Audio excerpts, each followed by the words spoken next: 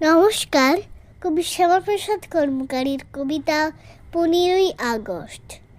যেই 15ই আগস্ট আসে নিই মুক্তির শ্বাস, ভারতবাসীর মুখে হাসি, বুকেতে উচ্ছ্বাস। এই দিনে পায় স্বাধীনতা, দাসত্ব হয় দূর। স্বাধীন হলো ভারতবর্ষ, আকাশ বাতাস পুর। খুশির বাতাস, মুক্তির শ্বাস, স্বস্তি আনে প্রাণে। মুক্ত ভারত বুঝলো এদিন স্বাধীনতার মানে।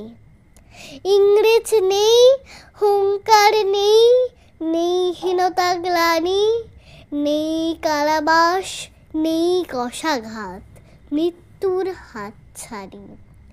শৃঙ্খল নেই মায়ের পায়ে, সব ভেঙে খান খান।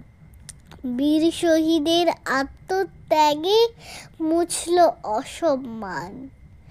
দেশমাতা কি ভুলতে পারে বীর শহীদের কথা? চোখে ভাসে বিনয় বাদল, দীনেশ প্রীতিলতা, গান্ধী সুভাষ, বীর ক্ষুদিরাম, যতীন মাতঙ্গিনী।